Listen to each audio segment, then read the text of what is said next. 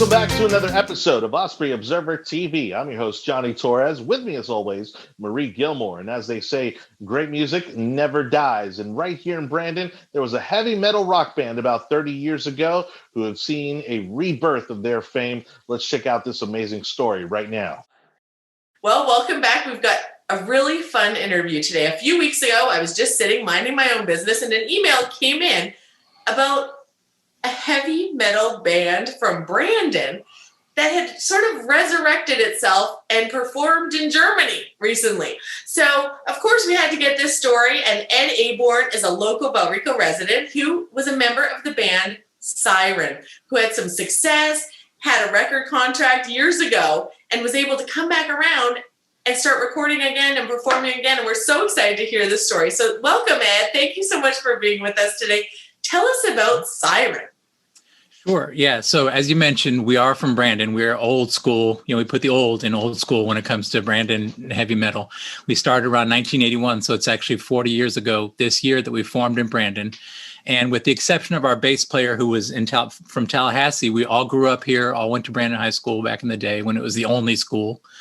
And so as you mentioned, we had put out some demos back in the early 80s and eventually got signed to a record contract around the mid 80s and recorded an album. And then, things kind of, we worked it for a couple of years, but it just didn't really seem to go anywhere. So we had to go along and move along with our lives and families and jobs, et cetera. And that's where we were for about 25 years until 2015.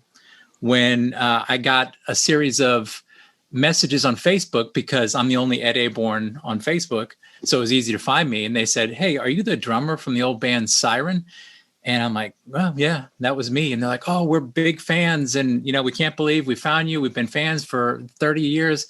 And this came in over the course of a month, about 5 of these from different parts of the world, Germany, South America, Russia. Oh. And I was like, this is just weird. So they started asking questions about the early days of the band. And I'm like, you know what? I'm an IT nerd now. I'm a software engineer. So I type fast. So just for my own fun, I'm going to write down all of my memories from the band from back in the day. So I did that over the course of a few nights and ended up typing around 30 pages of remembrances and the story. And I'm like, oh man, I accidentally wrote a book. So I decided to take the pictures from my own collection, put that along with the text, format it into a PDF, just to an online book, and then put it out for those people and also for my friends. Well, long story short, the only person I couldn't get a hold of was our singer, Doug, because he's just always kept a low profile, and I hadn't spoken to him in at least 10 or 15 years. But a friend of a friend had said, "Hey, I'm still in touch with Doug. Do you mind if I pass this book over to him?" And I said, "No, please do. Give him my cell phone number." So he did.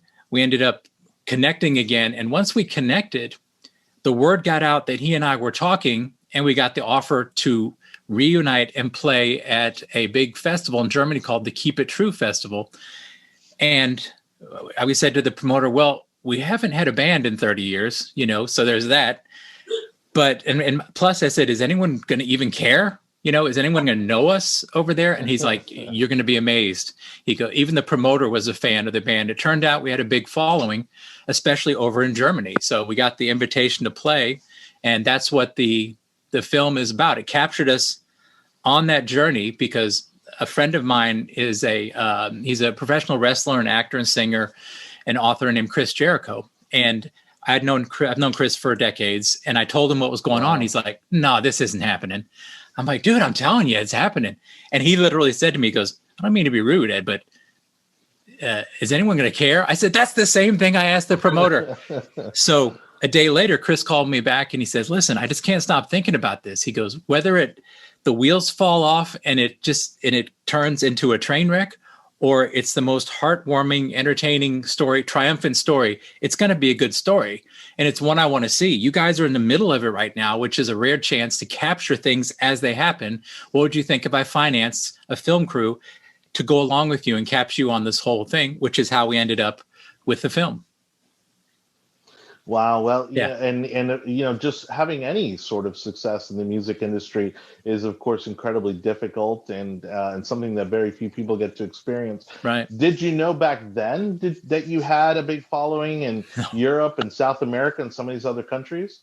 No, because back then it was very much, there was no email, there wasn't anything. It was all sending tapes out, records out in the mail, sending Sure. correspondence in the mail, and we would work that hard.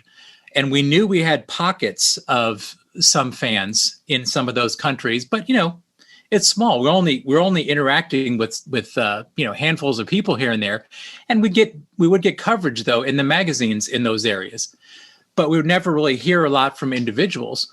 So it was a big surprise to find out there were thousands of people who wanted to see us, after not having done anything in 30 years.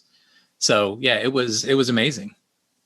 So what was it like getting the band back together and playing? Was it like just coming back into old tradition, or was there a little bit of hesitation there and you kind of had to relearn each other's, skills and habits? Right. It was kind of a mix. It was, with the exception of our guitarist, Todd Grubbs, who has a great music school here in Brandon. He's a professional musician and has remained a musician throughout this entire time. The rest of us have not. Myself and my other guitarist, Hal Dunn, we're both IT people. Our singer, Doug, has worked in the entertainment industry, working in arenas and everything, over those years.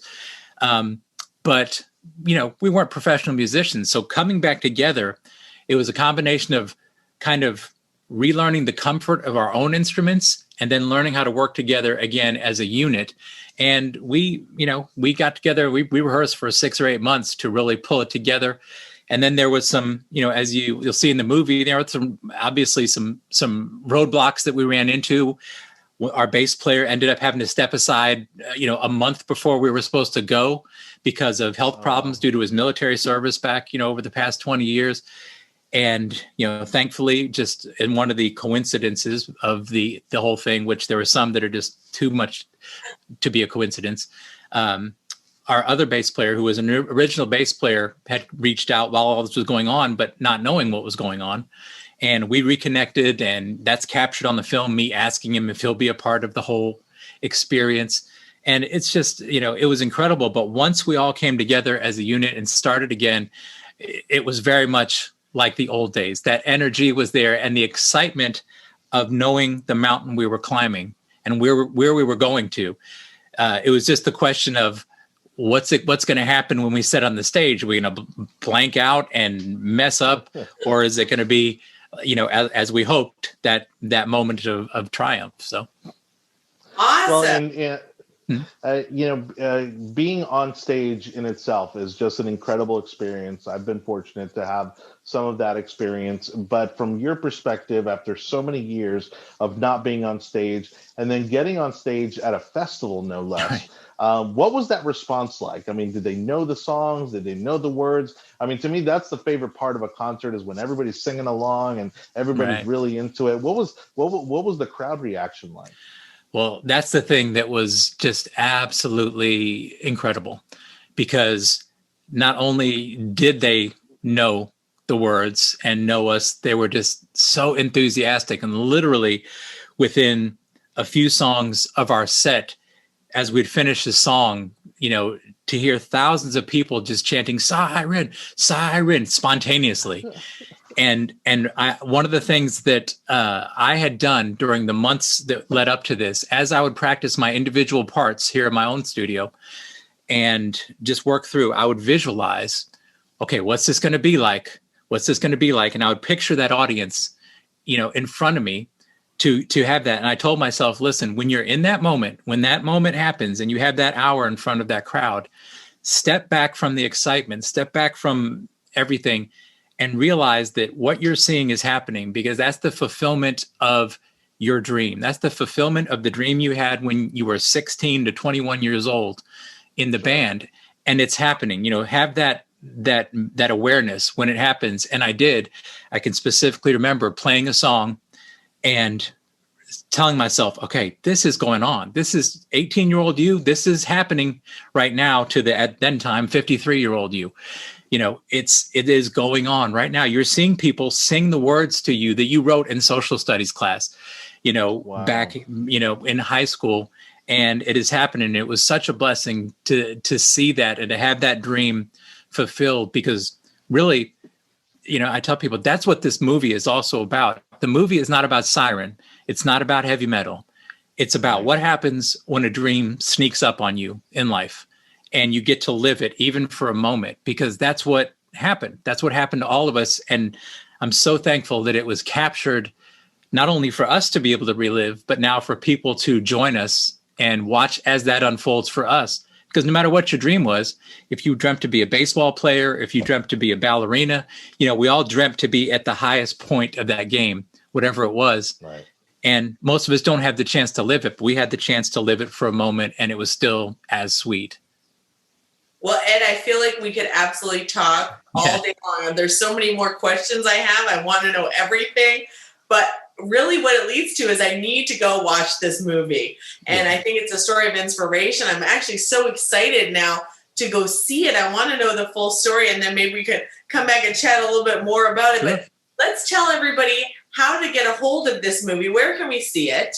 Okay. I think you guys also have an album out now. Yeah. People can listen to your music. How can people connect with Siren and feel a little bit of that nostalgia and that excitement that you guys have experienced? Sure thing. All you have to do is go to sirenband.us on the web, sirenband, one word, .us. And that'll take you over to our Facebook page, which is just Facebook/sirenbandus. And that's the best way to find us. You can actually type in Siren Band, 2 words now, in Google, and we'll come up at the top. So people are looking. That's the best way to find us. As far as the movie, it's called I'm Too Old for This S Word. And, and it's a heavy metal fairy tale. And you can find that. You can watch it on Amazon, on Sling, on Vudu, basically any of the major streaming platforms, YouTube, wherever you watch your streaming, movies. And it's also available from Amazon, the Blu-ray and DVD for people who like physical. And you're right. This is our album that we released in 2020. It's called Back from the Dead. And we just had such a great time preparing and then performing at this festival that we're like, you know what? Let's go ahead and just record an album of new music. So that way, when the movie eventually comes out, people can look and hear what we sound like now, as opposed to just all the stuff from, when we were kids. So that's why we did the album, and just for fun. We have no dreams of fame or fortune, but it's just like, if anyone listens to this album, it's a win. So yeah, just Siren Band US, and we love interacting with people. So please, if you reach out, say hello and, tell us you found out about it in the Osprey Observer. Absolutely. I've got my Siren swag. I'm going to cherish it. I really appreciate it. I know you dropped off some treats for us. So I'm so excited about sharing this story. Thank you for being with us today, and keep rocking. Thank you very much. Okay. I appreciate it. Thank you very much. Have a great week.